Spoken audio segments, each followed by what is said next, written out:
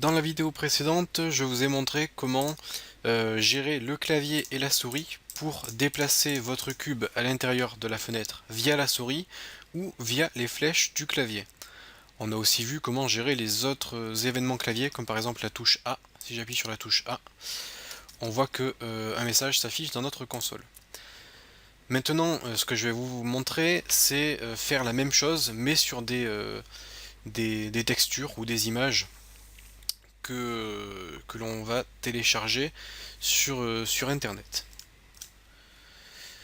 Vous avez un site qui est pas mal, qui s'appelle Famitsu Generator. Donc c'est le premier lien dans la liste. Et qui va vous permettre de créer des feuilles de sprite pour des personnages. Donc vous avez ici une liste de personnages avec différents types. Vous pouvez cliquer par exemple sur une fille aux cheveux rouges. Donc là c'est un peu long évidemment car ça vient de loin, hein, du Japon. Vous avez plusieurs types de personnages avec des capuches, des casques, des cheveux longs, des cheveux courts. Vous avez fille ou garçon. Donc là je suis sur fille. Si vous cliquez ici, ça vous emmènera sur les garçons.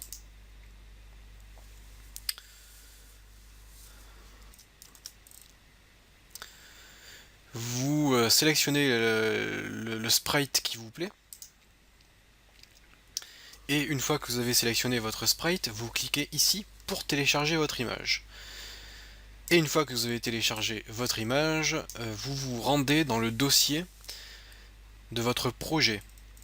Donc dans le dossier de votre projet, vous devriez avoir un dossier debug, un dossier release. Dans le dossier release, vous avez certainement donc vos DLL, vous avez votre exécutable. Si vous le lancez, votre jeu s'ouvre. Donc là, j'ai par exemple ce personnage que je télécharge, je clique sur télécharger et là, mon image est téléchargée.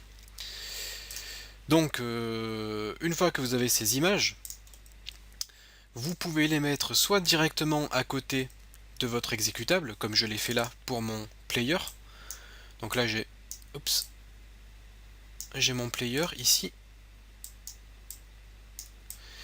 Donc c'est une feuille de sprite 3x4 avec mon personnage dans toutes les positions, de dos, de face, gauche, droite et en mouvement. Voilà, ou sinon vous pouvez mettre vos textures à l'intérieur d'un dossier TIL. Et par exemple, moi j'ai créé un dossier qui contient des textures, donc ça on y reviendra un peu plus tard. Donc le mieux c'est de s'organiser en dossier. Je vais maintenant vous montrer comment on va pouvoir charger l'image que nous avons téléchargée à l'intérieur de notre programme afin de pouvoir faire la même chose mais sur nos propres images. Dans mon programme, je vais monter dans les variables et je vais déclarer une variable de type SF texture qui sera mon perso. Je vais déclarer une seconde variable de type SF sprite perso. Donc vous allez voir avec la SFML, on a deux étapes. Premièrement, on charge la texture et ensuite on l'applique à une sprite. Donc on verra ça tout à l'heure. Donc ma texture, je la charge où je veux. Donc par exemple ici, je vais faire une condition if différent. Donc pour dire différent, vous mettez un point d'exclamation. If différent de perso.load from file. Donc ça veut dire si perso.load from file échoue, à ce moment-là on affichera un message d'erreur. Donc moi qu'est-ce que je veux charger? Je veux charger la texture que je viens de télécharger qui s'appelle, j'ai oublié, elle s'appelle player.png.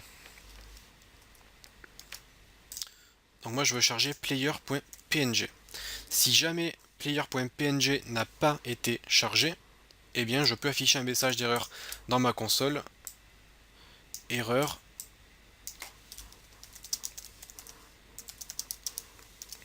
chargement de player.png. Voilà, au moins je sais d'où vient l'erreur. Je lance le jeu. J'ai une erreur. Erreur chargement de player.png. Alors pourquoi qu'est-ce que j'ai fait là? J'ai fait perso load from file player.png et pourtant player.png est ici.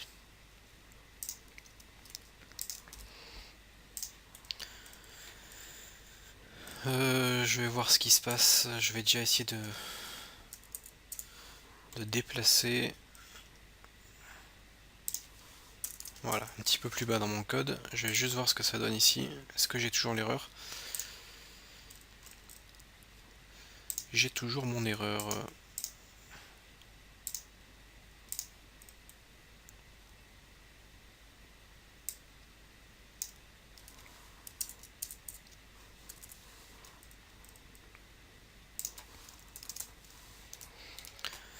Perso, load from... Ah oui, j'ai mis un point virgule ici.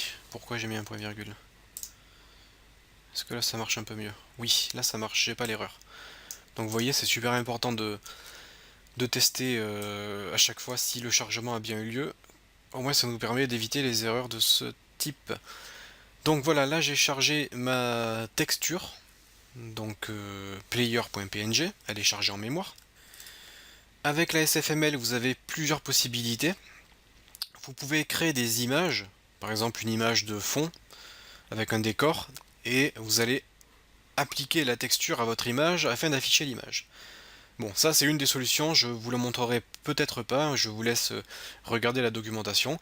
Vous pourriez éventuellement avoir besoin de la fonction perso.setSmooth, et entre parenthèses true.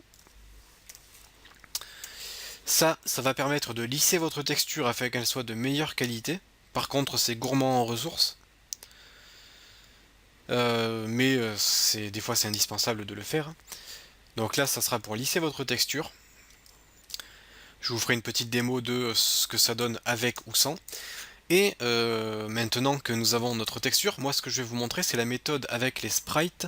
Je vais vous montrer comment associer une texture à une sprite. Donc nous on avait sprite perso. Et bien tout simplement, vous devez dire .set texture. Et là, vous devez mettre la texture. Donc moi ma texture c'est perso. Voilà. Donc là j'ai associé ma texture à mon sprite. Vous pouvez faire un set color si vous voulez colorer votre image. Ça marche aussi. Et on va essayer. Si je fais window.draw et je vais dessiner mon sprite perso, je vais voir si ça fonctionne. Je ne vous promets rien. Oui, ça fonctionne. Donc là, nous avons notre personnage. On a la texture de notre personnage qui est statique. Donc je peux me déplacer, hein, mais on a le personnage qui est immobile. Donc voilà comment associer une texture à une sprite. Vous pouvez bien évidemment utiliser le code de déplacement sur le sprite à la place du rectangle. Cela fonctionnera aussi. Les fonctions set position, move, set rotation, rotate, set scale, toutes ces fonctions marchent également sur les sprites. Vous pouvez donc tout faire, donc exactement la même chose que ce que vous faites sur les shapes. Maintenant, ce que je voudrais vous montrer, c'est par exemple comment découper notre sprite afin de n'afficher que le personnage. Alors juste petite précision, moi j'ai augmenté la taille de mon sprite, donc normalement vous ce que vous avez lorsque vous téléchargez, c'est un personnage de 32 pixels par 32 pixels. C'est le format standard pour les tiles. Par contre moi je l'ai mis en 64 par 64 pour que ça soit plus facile pour vous de voir le personnage à l'écran sur l'enregistrement. Donc voilà, moi j'ai un personnage 2 fois plus grand que le vôtre si vous n'avez pas modifié la taille. Donc pour découper notre personnage, c'est très simple. Au moment du chargement du player, on peut ajouter un second paramètre Donc je mets virgule, donc je charge le player, et le deuxième paramètre c'est un sf int rect, qui est un rectangle en fait, et je dois spécifier où est-ce que je veux découper mon image. Donc moi je veux le découper de 64 pixels vers la gauche, 0 pixels vers le haut, et mon image fait 64 pixels par 64 pixels. Donc là ça devrait fonctionner. Ça n'a pas fonctionné, donc du coup il doit être en 32-32. Je vais voir si c'est ça. J'ai peut-être dit une bêtise. Non, on est bien en 64-64.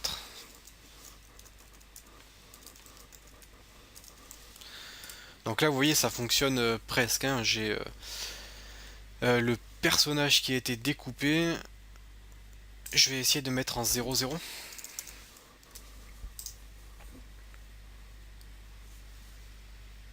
Ah non, je sais. Je l'ai mis en 48 par 48. C'est ça. Je l'ai mis en 48-48. Voilà. Donc là, j'ai bien mon personnage qui a été découpé et je n'affiche que une partie de mon image.